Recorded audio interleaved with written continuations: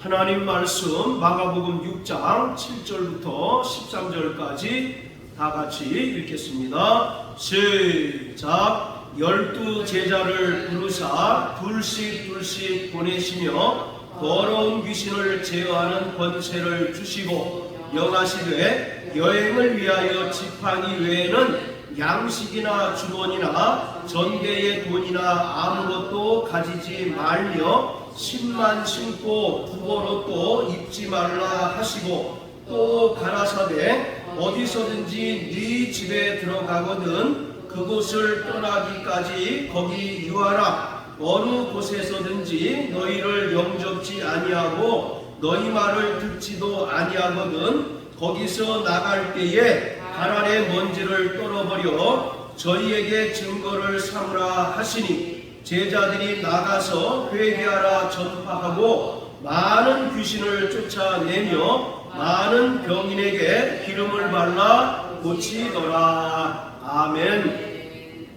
예수님께서 공생의 사역을 함께 하시려고 12명의 제자를 임명하셨고 이제 그들에게 사명을 주셔서 파송을 하셨습니다. 자, 여기 표시해 놓으시고 마가복음 3장을 한번 다 같이 보십니다. 마가복음 3장 13절부터 19절까지를 보면 예수님께서 12명의 제자를 부르시는 장면이 나옵니다. 그리고 오늘 본문인 6장 7절부터 13절까지는 부르신 12명의 제자를 새로운 사명을 주셔서 파송하시는 장면을 기록하고 있습니다. 마태복음도 예수님께서 12명의 제자를 부르시고 또 12명의 제자를 파송하신 그 사건을 기록하고 있는데 마태복음의 기록과 마가복음의 기록이 조금 차이가 있습니다. 마태복음은 10장에서 12제자를 부르신 것과 또 파송하신 것을 이어서 기록한 반면에 마가복음은 우리가 확인해 본 것처럼 3장에서 예수님께서 12명의 제자를 부르시고 또 6장에서는 이들에게 사명을 주셔서 파송하시는 장면, 이렇게 구분해서 기록하고 있는 것이 다른 점이라 할 수 있겠습니다. 그리고 마태복음의 기록과 마가복음의 기록이 가장 뚜렷하게 차이가 나는 것은 마태복음 10장에는 예수님께서 제자들에게 이방인의 길로도 가지 말고 사마리아인의 그 마을에도 들어가지 말고 차라리 이스라엘 집에 잃어버린 양들에게 가라고 제자들에게 명령하셨습니다. 이것이 마태복음과 마가복음의 가장 뚜렷한 차이인데 이것은 아무래도 마태복음이 유대인들을 위한 복음서이기 때문입니다. 반면에 마가복음은 특히 로마에 있는 이방인 성도들을 위한 복음서이기 때문에 차라리 이스라엘 집에 잃어버린 양들에게 가라는 예수님의 말씀이 나타나 있지 않습니다. 자, 어쨌든 마태복음, 마가복음, 누가복음에 예수님께서 12명의 제자를 부르시고 그들에게 사명을 주셔서 파송하시는 내용을 기록하고 있는데 이 세 복음서는 바로 12명의 제자를 사도라고 호칭하고 있는 것을 볼 수 있습니다. 그러니까 이 12명의 제자가 곧 12명의 사도인 것입니다. 사도라고 하는 말은 헬라어로 아포스톨로스라고 하는데 어떤 특별한 임무를 띠고 파송된 자들을 말합니다. 즉 예수 그리스도로부터 전권을 위임받은 후 복음 전파를 위하여 파송받은 특사를 가리키고 있습니다. 그런데 성경에서 일반적으로 사도 그러면 12명의 제자를 가리키는 경우가 많습니다.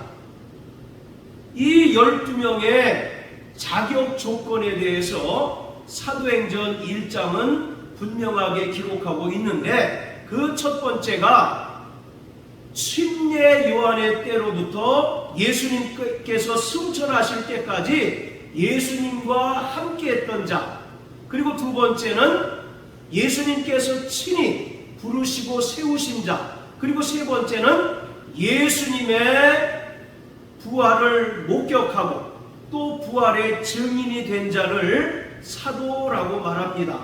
그런데 예수님께서 부활하시고 승천하신 후에는 이 사도라고 하는 개념이 좀 더 의미가 확대되는 것을 볼 수 있습니다. 비단 12명의 제자들 뿐만 아니라 성령의 충만함을 받아서 복음을 전파한 수많은 예수의 증인을 사도라고 호칭하는 것을 볼 수 있습니다.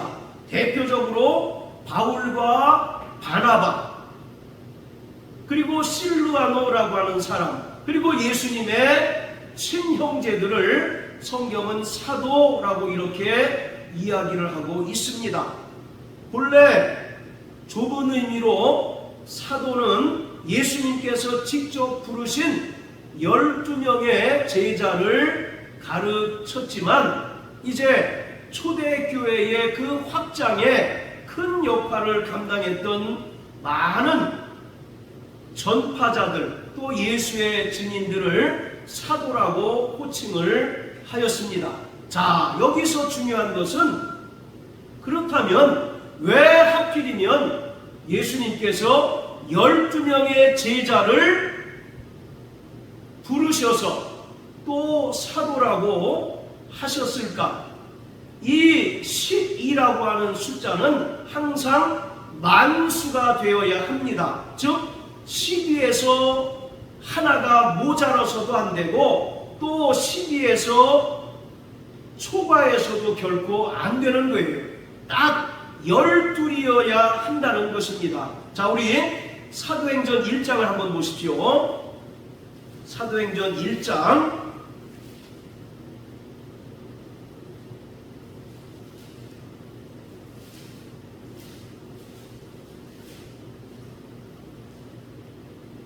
자, 25절 26절입니다. 시작. 봉사와 및 사도의 직무를 대신할 자를 보이시옵소서. 유다는 이를 버리었고 제 것으로 갔나이다 하고 제비 뽑아 마띠아를 얻으니 저가 11 사도의 수에 가입하니라. 자, 가룟 유다가 은 30을 받고 예수님을 팔아 넘겼습니다. 그리고 이것에 대해서 양심의 가책을 느껴서 그가 자살을 했습니다. 그러니까 12명의 사도 중에서 한 명이 결혼이 된 상태입니다. 이때 제자들이 기도하고 가룟 유다를 대신할 새로운 사도를 제비 뽑아 선출하는 장면입니다. 이처럼 이 12라고 하는 숫자는 만수예요. 바로 충만한 수로서 여기서 모자라거나 또는 과해서도 결코 안 되는 것입니다. 그래서 가룟 유다로 인하여 결혼된 상태를 바로 채우기 위하여 제비 뽑아 마띠아를 선출을 하였습니다. 자, 또 고린도전서 15장을 한번 다 같이 보십니다. 고린도전서 15장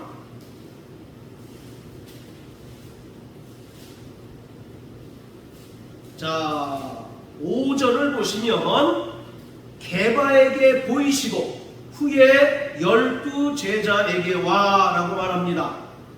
예수님께서 부활하신 그 직후의 상황을 이야기하는데, 이때는 가룟 유다가 이미 자살을 해서 한 명이 빠진 상태입니다. 그럼에도 불구하고 사도 바울은 12 제자라고 이와 같이 12를 강조하고 있습니다. 자, 이처럼 12이라고 하는 것은 충만한 수, 많은 수로서 여기서 모자라서도 안 되고 또 여기서 과해서도 안 되는 것이에요. 이것은 바로 하나님의 백성, 곧 그리스도의 몸된 교회를 상징적으로 설명하고 있는 것입니다. 성경에서 12라고 하는 숫자는 교회를 상징하고 있습니다. 따라서 이 12라고 하는 숫자가 반드시 채워져야 하는 것은 이 땅에 세워진 그리스도의 몸된 교회에는 하나님의 영광이 충만해야 한다는 것을 분명하게 말하고 있는 것입니다. 자, 에베소 1장을 다 같이 한번 보십니다. 에베소 1장. 자, 에베소 1장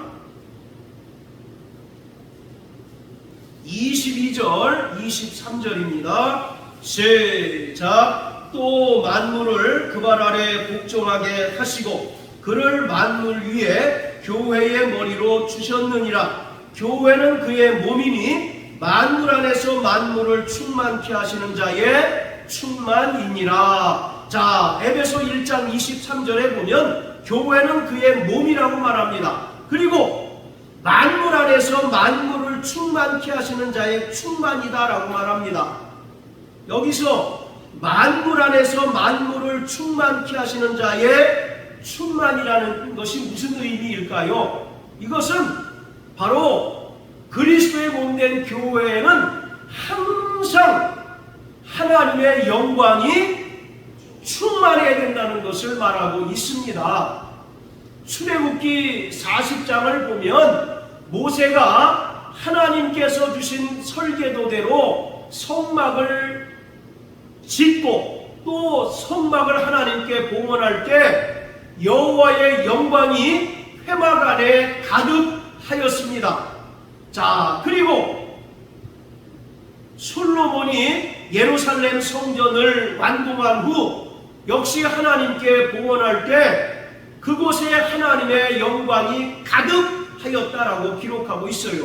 또 에스겔서를 보면 에스겔이 환상 중에 여호와 삼마라고 하는 하나님의 성전을 보게 되었는데 그 하나님의 성전에 하나님의 영광이 가득하였습니다. 이처럼 하나님의 성전 곧 교회는 하나님의 영광이 충만해야 합니다. 자, 그리고 요한복음 1장 14절을 보면 말씀이 육신이 되어 우리 가운데 거하심에 우리가 보니 아버지의 독생자의 영광이요 은혜와 진리가 충만하다라고 말씀합니다. 여기서 말씀이 육신이 되어 우리 가운데 거하시다라고 말씀하시는데 이 거하시다라고 하는 말은 성전을 짓다, 장막을 짓다라는 이야기입니다. 그래서 이 말씀은 예수님께서 이 땅에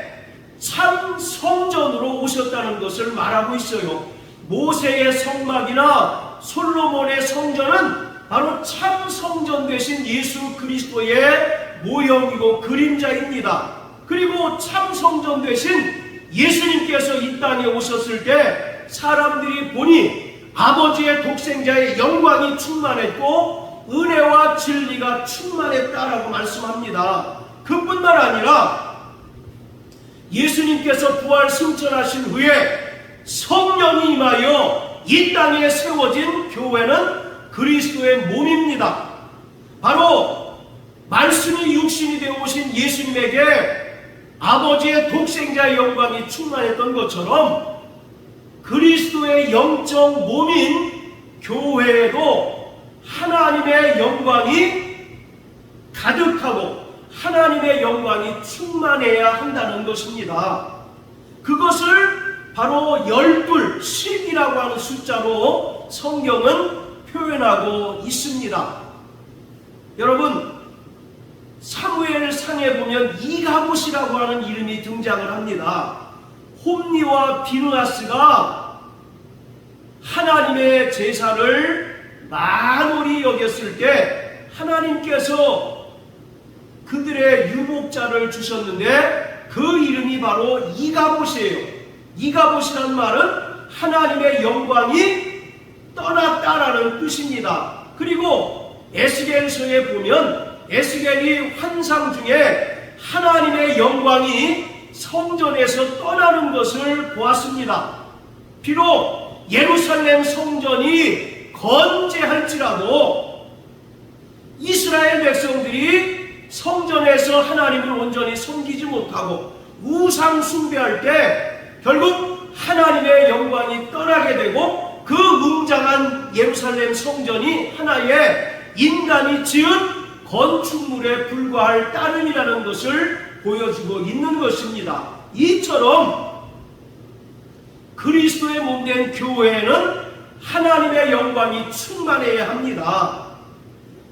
교회에 하나님의 영광이 충만할 때 하나님께서 교회와 함께 하실 수 있습니다. 그리고 교회에 하나님의 영광이 충만할 때 하나님께서는 교회를 거룩한 도구로 사용하셔서 이 땅에서 하나님의 뜻을 온전히 이루실 수 있는 것입니다. 그렇기 때문에 반드시 12, 곧 12여야 하는 거예요. 바로 이 12라고 하는 숫자는 하나님의 백성을 가리키고 또 그리스도의 몸된 교회를 가리키고 있습니다.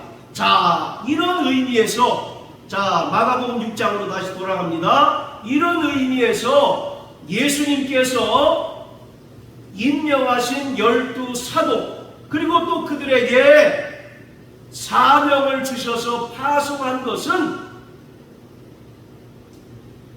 그리스도의 몸된 교회가 이 땅에서 이루어야 할 거룩한 하나님의 사명, 뜻을 가리키고 있습니다.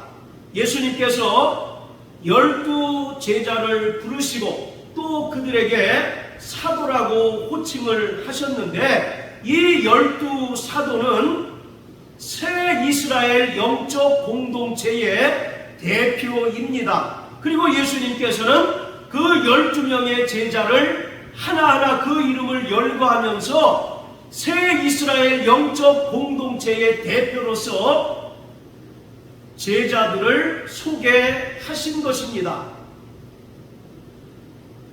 출애굽한 이스라엘 12지파를 하나님께서 하나님의 백성으로 삼으셨어요.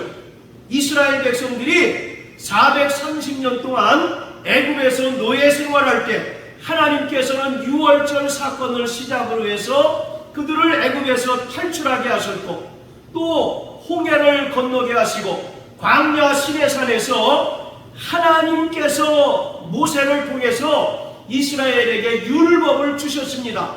하나님께서 이스라엘에게 율법을 주신 것은 하나님의 언약 백성으로 삼으신 거예요. 이처럼 하나님께서는 출애굽한 이스라엘 12지파를 하나님의 백성으로 삼으셨지만 그들은 하나님께 불순종하고 또 하나님께 실패하고 결국 멸망하게 되었습니다. 따라서 예수님께서는 이 땅에 새 출애굽을 이루러 오셔서 12명의 제자, 12명의 사도를 부르셨는데 바로 이 12명의 사도는 교회의 기초이고 또 교회의 대표자들입니다. 그리고 이들은 철저히 혈육 공동체가 아니라 바로 믿음 공동체라는 것입니다. 자, 우리 마가복음 3장을 한번 다 같이 보십시오. 마가복음 3장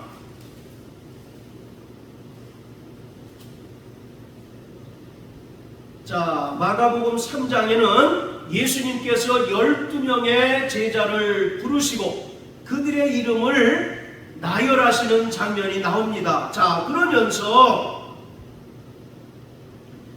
우리 31절부터 35절까지 읽겠습니다. 시작. 때에 예수의 모친과 동생들이 와서 밖에 서서 사람을 보내어 예수를 부르니 무리가 예수를 둘러 앉았다가 여짜오되 보소서 당신의 모친과 동생들이 누이들이 밖에서 찾나이다. 대답하시되 누가 내 모친이며 동생들이냐 하시고 둘러 앉은 자들을 둘러보시고 가라사대 내 모친과 내 동생들을 누구든지 하나님의 뜻대로 하는 자는 내 형제요 자매요 모친이니라. 자, 34절 35절 다시 한번 시작. 둘러앉은 자들을 둘러보시며 가라사대 내 모친과 내 동생들을 보라. 누구든지 하나님의 뜻대로 하는 자는 내 형제요 자매요 모친이니라. 자, 이 말씀은 예수님께서 혈육 공동체, 즉 가족 공동체를 부정하신 것이 결코 아닙니다. 그러면 이것은 무슨 의미이냐? 바로 이것은 혈육에 속한 가족 공동체를 뛰어넘는 새로운 영적 공동체인 교회의 출현을 말씀하고 있는 것입니다. 결국 예수님께서는 이 땅의 혈연 공동체인 가족 공동체를 뛰어넘는 새로운 영적 공동체, 즉 교회를 세우시기 위하여 이 땅에 오셨다는 것을 보여주고 있는 거예요. 사람들은 이 말씀을 예수님께서 어떤 혈연 공동체인 가족을 부정하신 것으로 이해를 합니다. 결코 이것은 혈연 공동체를 부정하신 것이 아닙니다. 여러분, 가족 공동체를 세우신 분이 누구십니까? 바로 하나님 아니시겠어요? 창세기 2장 24절 25절에 보면 남자가 부모를 떠나 여자와 연합하여 한 몸이 되었다라고 말합니다. 이것이 바로 가족이에요. 가정을 이룬 것입니다. 하나님께서 바로 가정을 세우신 거예요. 그렇기 때문에 예수님께서 가정 공동체, 혈육에 속한 가정 공동체를 부정하신 것이 아니라 이제 이 가족 공동체를 뛰어넘는 새로운 영적 공동체, 바로 그것을 교회라고 말합니다. 이 교회를 세우시기 위하여 이 땅에 오셨다는 것을 이 말씀을 통하여 알려주는 것이고, 또 교회는 결국 철저히 하나님의 뜻에 순종하는 믿음 공동체, 또 영적인 공동체라는 사실을 보여주고 있는 것입니다. 바로 예수님께서 제자들을 보시며 누구든지 하나님의 뜻대로 하는 자가 내 형제요 자매요 모친이다 라고 말씀하셨습니다. 자, 우리 에베소서 2장을 다 같이 한번 보십니다. 에베소 2장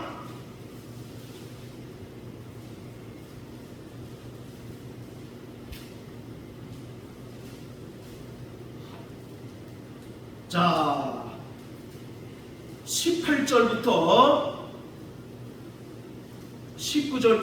16절부터 19절까지 같이 읽겠습니다. 시작. 또 십자가로 이 둘을 한 몸으로 하나님과 화목하게 하려 하심이라. 원수된 것을 십자가로 소멸하시고 또 오셔서 먼데 있는 너희에게 평안을 전하고 가까운 데 있는 자들에게 평안을 전하셨으니 이는 저로 말미암아 우리 둘이 한 성령 안에서 아버지께 나아감을 얻게 하려 하심이라. 그러므로 이제부터 너희가 외인도 아니요 손도 아니요 오직 성도들과 동일한 시민이요 하나님의 권속이라. 자, 여기서 하나님의 권속이란 말은 하나님의 가족이라는 뜻입니다.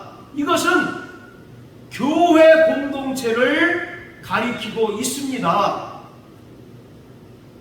전에는 이방인과 이스라엘이 서로 원수 되었지만 예수님께서 십자가로 이 둘을 한 몸 되게 하셨다라고 말씀합니다. 즉 과거에는 이방인과 이스라엘이 원수였지만 이 원수된 것을 예수님께서 십자가로 소멸하셨습니다. 그리고 한 몸, 즉 교회 되게 하셨다라고 말씀합니다. 그래서 이방인인 너희는 이제 더 이상 외인도 아니요 또 손님도 아니요 성도들과 동일한 시민이요 하나님의 권속, 즉 하나님의 거룩한 가족이다라고 말씀하고 있습니다. 그러니까 구약의 이스라엘 12지파는 철저히 혈연 공동체이죠.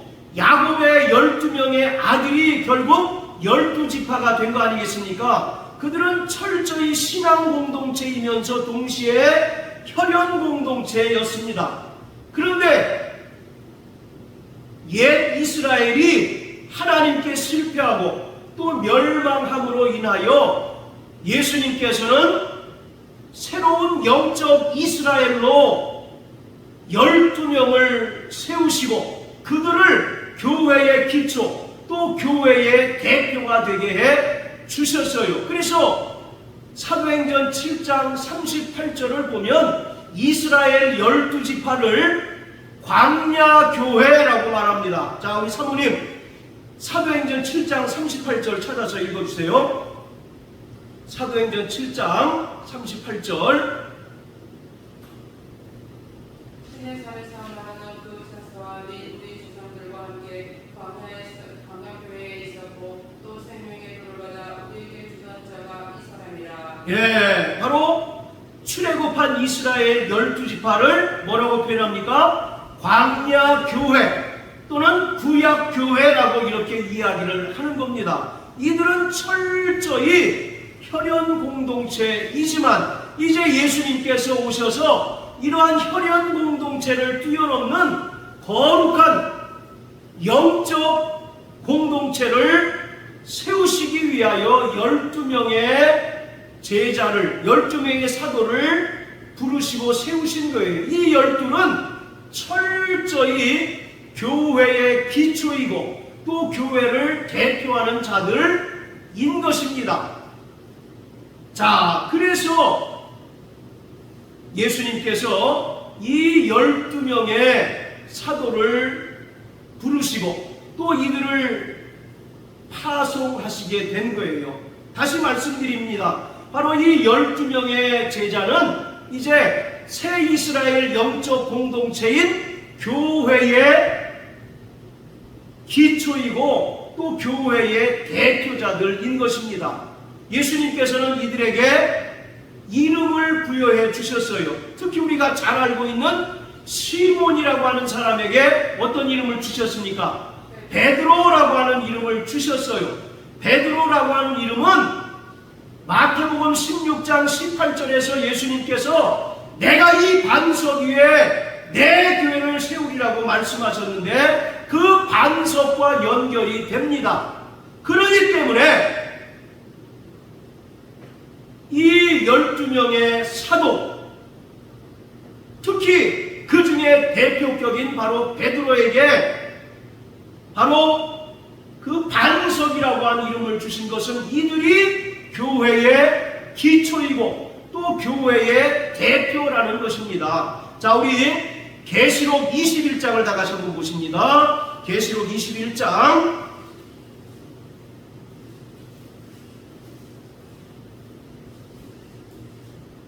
자, 9절부터 14절까지 읽겠습니다. 시작. 일곱 대접을 가지고 마지막 일곱 재앙을 담은 일곱 천사 중 하나가 나와서 내게 말하여 가로되 이리 오라. 내가 신부 곧 어린 양의 아내를 내게 보이리라 하고 성령으로 나를 데리고 크고 높은 산으로 올라가 하나님께로부터 하늘에서 내려오는 거룩한 성 예루살렘을 보이니 하나님의 영광이 있음에 그 성의 빛이 지극히 귀한 보석 같고 벽옥과 수정같이 맑더라. 크고 높은 성곽이 있고 12문이 있는데 문에 12천사가 있고 그 문들 위에 이름을 썼으니 이스라엘 12지파의 이름들이라.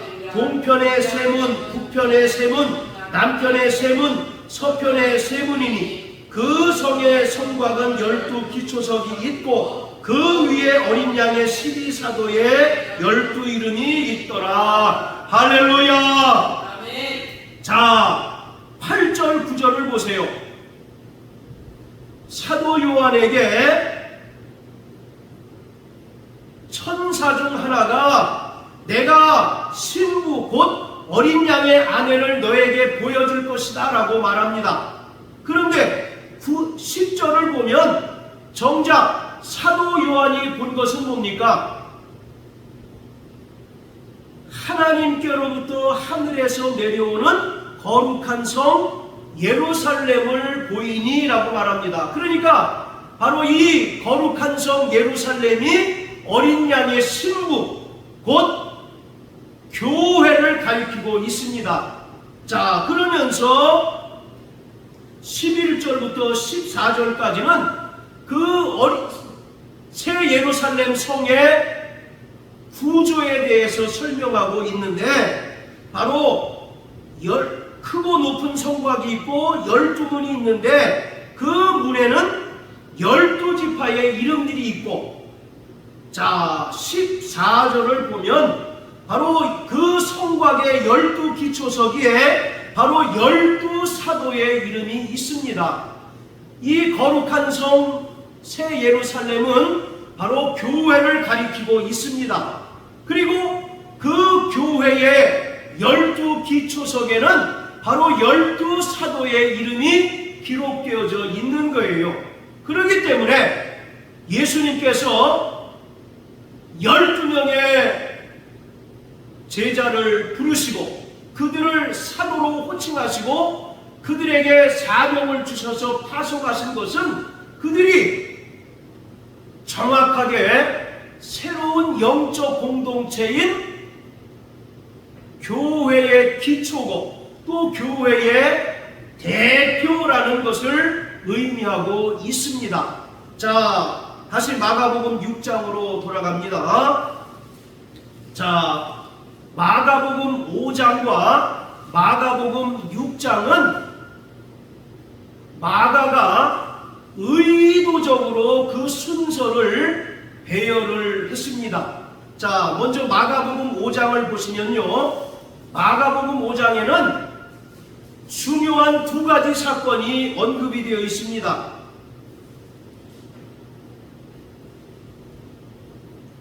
21절부터 43절까지를 보면 첫 번째 사건은 죽어가는 야이로의 딸이 다시 살아난 사건이고요.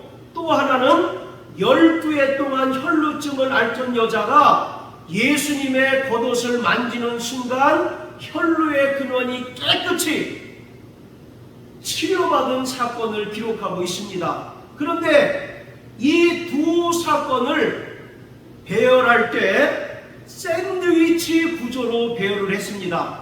무슨 구조요? 샌드위치. 네, 여러분 샌드위치 좋아하십니까? 네, 빵이 있고 그 가운데 싱싱한 야채나 또는 고기를 넣은 것이 바로 샌드위치 아닙니까? 그래서 바로 21절부터 43절까지 이 두 사건을 마가는 샌드위치 구조로 기록을 했습니다. 이것이 마가복음의 가장 큰 특징 중에 하나입니다. 자, 이 샌드위치 구조라고 하는 것은 두 사건이 바로 동일한 주제를 나타내고 있다는 것입니다. 자, 한번 생각해 보세요. 야이로의 딸이 죽어가고 있는데 예수님께서 살리십니다. 그리고 12해 동안 혈루증을 앓는 여자가 예수님의 겉옷을 만지는 순간 깨끗이 고침을 받습니다. 자, 이 두 사건의 공통점이 뭡니까? 자, 마가복음 5장 42절을 보면 소녀가 곧 일어나서 걸으니 나이가 몇 살이에요? 12살이었다라고 말합니다.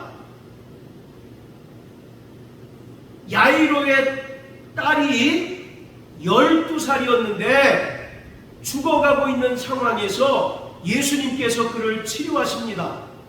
그리고 12회를 혈루증으로 앓던 여자가 바로 예수님의 겉옷을 만지는 순간 깨끗이 고침을 받아요. 자, 이 두 사건의 공통점이 두 가지가 있습니다. 첫 번째, 그 핵심 인물이 남자가 아니라 여자였다는 거죠. 야이로의 딸도 당연히 여자였고 또 이 혈루증 앓는 사람도 바로 당연히 여자였습니다. 그래서 두 사건의 공통점, 첫 번째는 바로 여자라는 것이고 또 하나는요, 12년. 그렇죠, 숫자 12로 연결이 된다는 것입니다. 그러니까 이 핵심적인 이 인물이 여자고 12라고 하는 숫자로 연결된다는 것은 이 야이로의 딸과 12회를 혈루증으로 앓는 이 여자가 결국 옛 이스라엘을 가리키고 있다는 것입니다. 그들이 하나님의 백성으로 하나님께로부터 선택을 받았지만 하나님께 실패함으로써 멸망당하고 죽게 되었다는 것을 야이로의 딸과 12의 혈루증 여인의 사건을 통해서 말씀하고 있는 것입니다. 자, 반면에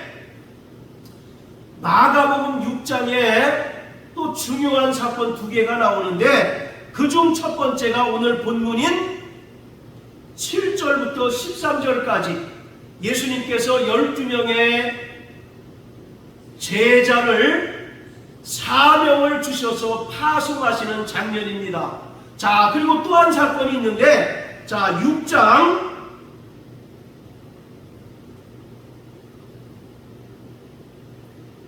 38절부터 44절까지 우리 한번 같이 읽어볼까요? 6장 38절부터 44절까지 시작. 이르시되 너희에게 떡 몇 개나 있느냐 가서 보라 하시니 알아보고 가로되 떡 5개와 물고기 2마리가 있나이다 하거늘 제자들을 명하사 그 모든 사람으로 때를 지어 푸른 잔디 위에 앉게 하시니 때로 혹 100씩 혹 50씩 앉은지라. 예수께서 떡 5개와 물고기 2마리를 가지사 하늘을 우러러 축사하시고 떡을 떼어 제자들에게 주어 사람들 앞에 놓게 하시고 또 물고기 2마리도 모든 사람에게 나누어 주시매 다 배불리 먹고 남은 조각과 물고기를 12바구니에 차게 거두었으며 떡을 먹은 남자가 5,000명이었더라. 자, 5병이어의 이적을 통해서 예수님께서 5,000명을 먹이셨어요. 자, 그런데 중요한 것은 43절을 보세요. 다 이들이 배불리 먹고 남은 떡 조각과 물고기를 12바구니에 차게 거두었다. 몇 바구니? 12바구니. 하필이면 이것도 12바구니입니다. 그러니까 6장 7절에서 13절까지 해서 예수님께서 12명의 사도에게 사명을 주셔서 파송합니다.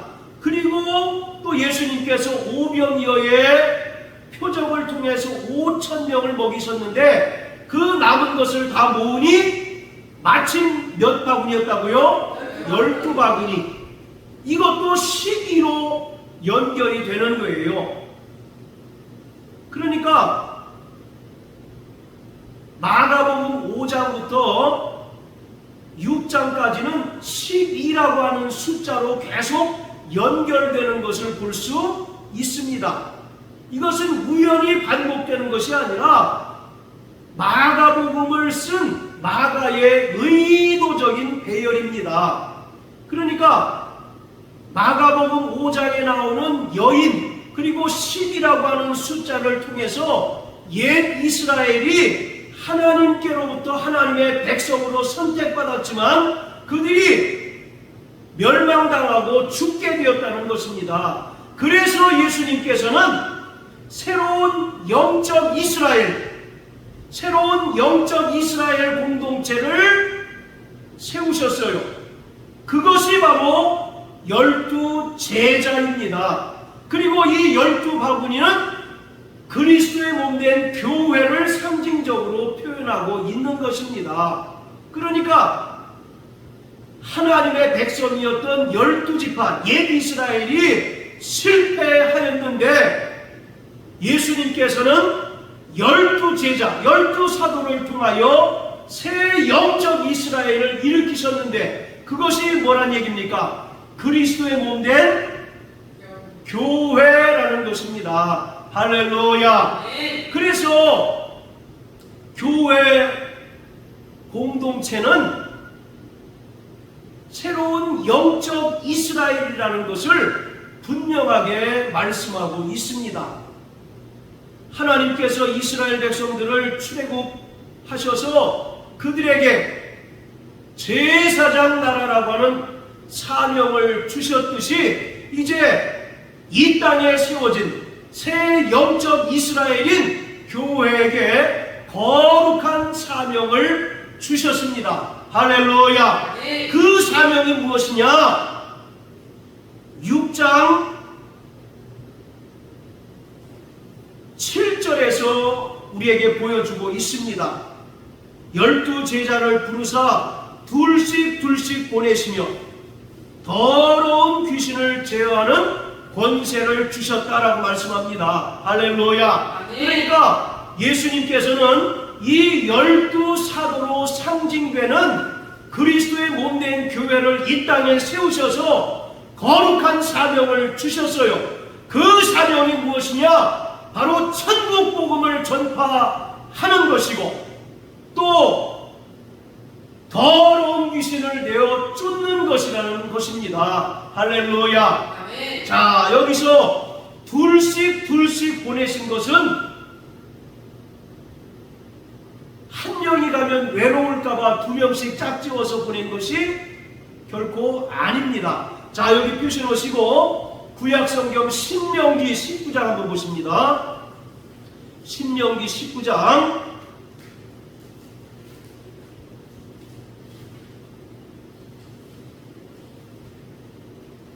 자 15절입니다.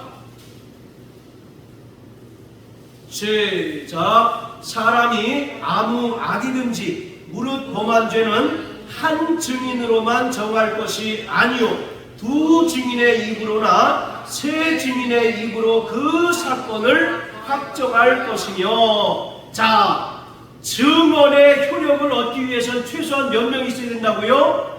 2명이나 3명이 있어야 된다라는 겁니다. 한 명의 증언으로는 법적인 효력을 갖지 못하는 거예요. 그래서 반드시 그 증언이 효력이 있기 위해서는 2명 내지 3명이 있어야 됩니다. 그래서 예수님께서 12명의 제자를 2명씩 짝지워서 보내신 거예요. 이 2라고 하는 숫자는 증인의 숫자입니다. 그러니까 둘씩 보내신 것은 너희가 가서 천국 복음을 전파하라는 것입니다. 예수님께서 침례 요한으로부터 침례를 받으시고 또 성령을 받으신 후에 이제 공생애를 시작하셨는데 그 첫 번째 선언이 뭐였습니까? 회개하라! 천국이 가까웠다라고 말씀하셨어요. 그리고 예수님께서 공생애를 시작하셨는데 그 공생애는 천국 복음을 전파하고 회당에서 가르치시고 모든 약한 것과 병든 것을 고치신 것입니다. 이와 같이 예수님께서는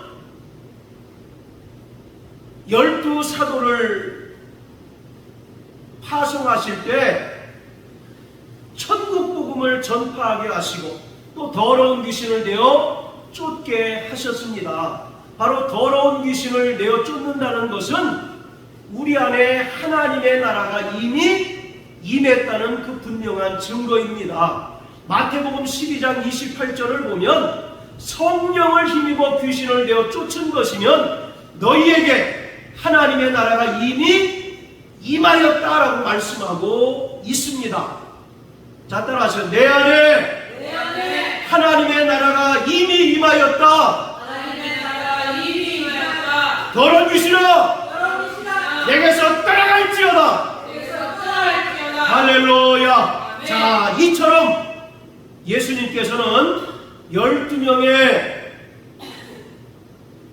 제자를 부르시고 그들에게 거룩한 미션, 사명을 주셨는데 천국 복음의 증인이 되고 또 귀신을 내어 쫓음으로써 이 땅에 이미 하나님의 나라가 임한 것을 증거하라는 것입니다. 이것은 오늘 비단 12명의 사도들에게만 주신 것이 아니라 이 땅에 세워진 모든 그리스도의 몸된 교회에게 주신 거룩한 사명입니다. 할렐루야. 자, 그리고 6장 마가복음 6장 한 절씩 보십시오. 자, 8절 9절은 이스라엘 백성들이 출애굽할 때의 상황하고 대단히 흡사합니다. 자, 8절 9절에서 예수님께서는 지팡이 외에는 양식이나 주머니나 전대의 돈이나 아무것도 가지지 말고 신만 신고 두벌옷도 가지지 말라고 말씀하셨어요. 자, 여기 펴놓으시고 신명기 8장을 한번 다 같이 보십시오. 신명기 8장. 자, 신명기 8장 1절부터 4절까지.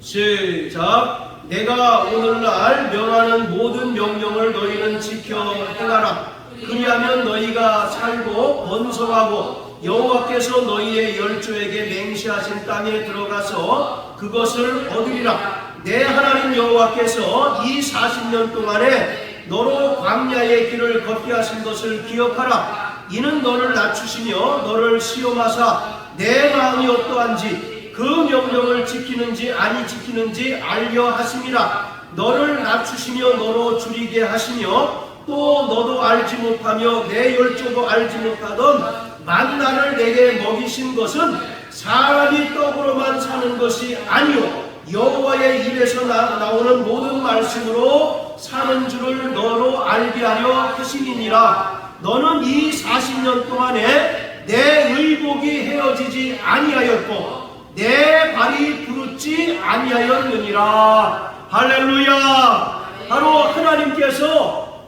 광야 40년 동안 이스라엘 백성들을 철저하게 시험하셨다는 겁니다. 그 먹을 것 마실 것이 없는 척박한 땅에서 오직 하나님 말씀에 순종하고 또 하나님만을 의지하는 자들은 하나님께서 만나로 먹여주시고 또 의복이 헤어지지 않고 그 신발이 헤어지지 않게 하시겠다는 것입니다. 할렐루야. 자, 다시 마가복음 6장으로 돌아갑니다. 그것과 지금 마가복음 6장 8절과 9절의 내용은 똑같습니다. 이스라엘 백성들이 출애굽할 때 지팡이를 들고 나왔죠. 그리고 모세가 홍해를 가를 때 지팡이를 들었습니다.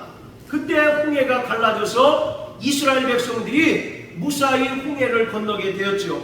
자, 그리고 양식이나 주머니나 전대에 돈이나 아무것도 가지지 말라는 겁니다. 누가 다 책임져 주신다는 겁니까? 하나님께서 책임져 주신다는 거예요. 이스라엘 백성들이 광야에서 먹을 것이 없어서 원망하고 마실 물이 없어서 원망할 때 하나님께서 만나와 메추라기를 주시고 또 바위를 내려치시니 생수가 흘러나와서 그들의 목을 축이게 하였습니다. 그리고 9절에 신만 신고 두벌옷도 입지 말라. 아니 어떻게 여행하는데 단벌 신사로 여행할 수 있습니까? 그런데 하나님께서는 너희가 그 사명을 감당하고 하나님만 철저히 의지하면 그 모든 것들은 누가 책임지신다는 겁니까? 하나님이 책임져 주신다는 거예요. 만나와 메추라기를 내려주지 않으셨느냐? 너의 의복이 헤어지지 아니하고 너의 신발이 부르트지 않게 해주지 않았느냐? 마찬가지로 주님께서 12명의 제자를 보내셨다면 그들의 생사 여탈권은 누구에게 있는 겁니까? 주님에게 있는 거죠. 주님이 다 책임지시겠다는 겁니다. 그러므로 너희는 철저히 하나님만 의지하고 말씀에 순종해라. 그러면 너희 필요한 것들을 하나님께서 채워주시고 하나님께서 공급해 주시겠다는 것입니다. 자, 그리고 마가복음 6장 10절 11절에서 예수님께서는 대단히 무서운 명령을 내리십니다. 너희를 영접지 아니하고 너의 말을 듣지도 않고선 거기서 나갈 때 발에서 먼지를 떨어버리라는 겁니다. 발에서 먼지를 떤다는 것은 심판이 임한다는 것을 말하고 있어요.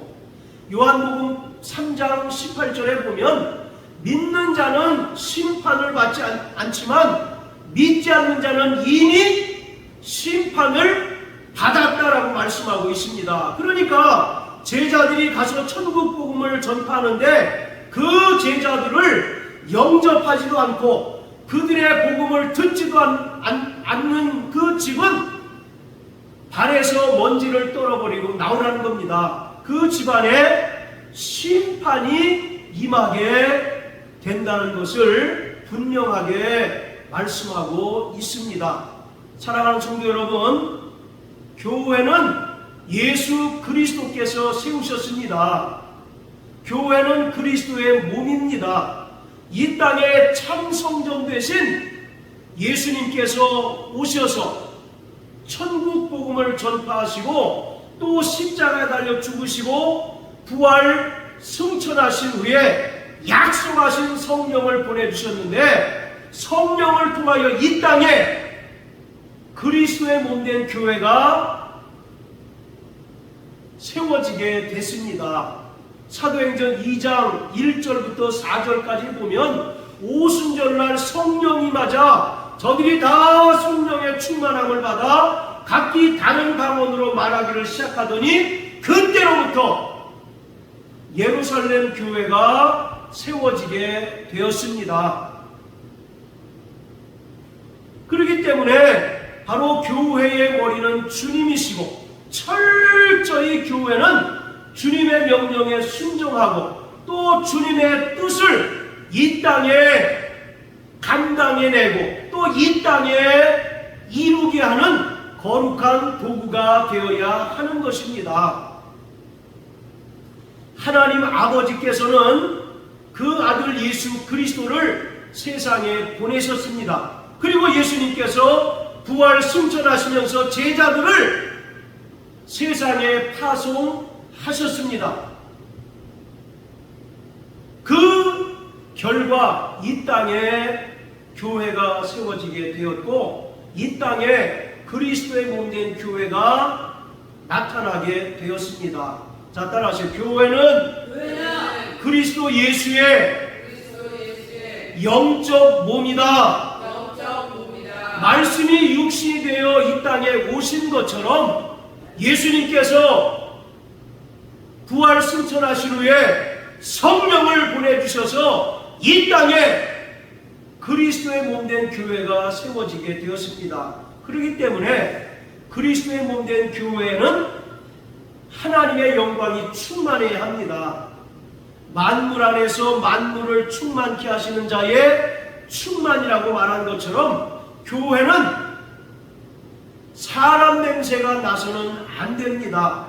인간적인 끈끈한 정에 의하여 모여진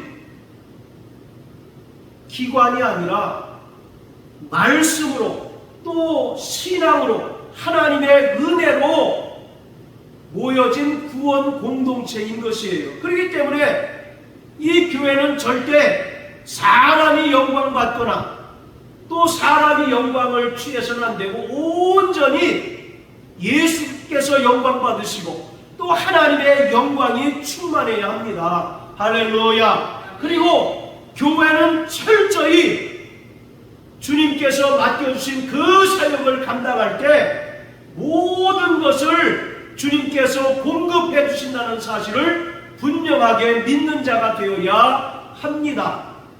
마태복음 6장 33절에 보면 너희는 먼저 그의 나라와 의를 구하라. 그리하면 이 모든 것을 너희에게 더하신다라고 말씀합니다. 무엇을 먹을까, 입을까, 마실까 이것을 염려하는 것이 아니라 우리가 바로 그리스도의 몸된 교회로서 또 교회 공동체의 구성원으로서 주님의 뜻을 감당하고 또 주님의 뜻대로 살려고 몸부림칠 때 주님께서는 우리의 삶에 있어서 필요한 모든 것들을 채워주시고 공급해 주십니다. 할렐루야. 그리고 무엇보다 교회는 이 땅에 천국 복음을 전파해야 합니다. 바로 예수님께서 오셔서 천국 복음을 전파하셨듯 그리스도의 몸된 교회가 입술을 벌려 담대히 천국 복음을 전파해야 합니다.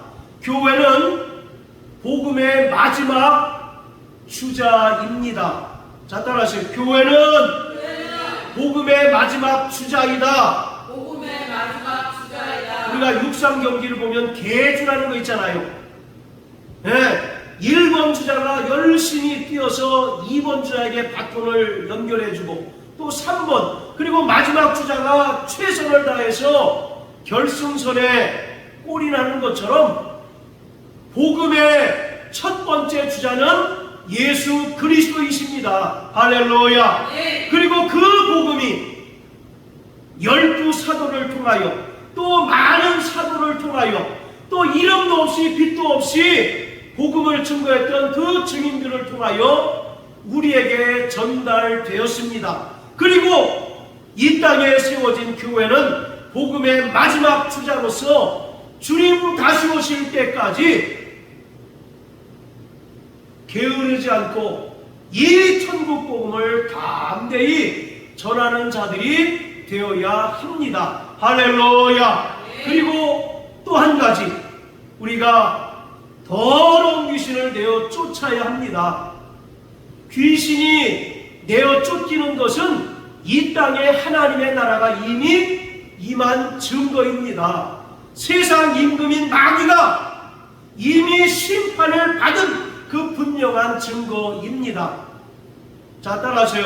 내 안에 하나님의 나라가 이미 임하였다. 더러운 귀신아 내게서 떠나갈지어다. 할렐루야.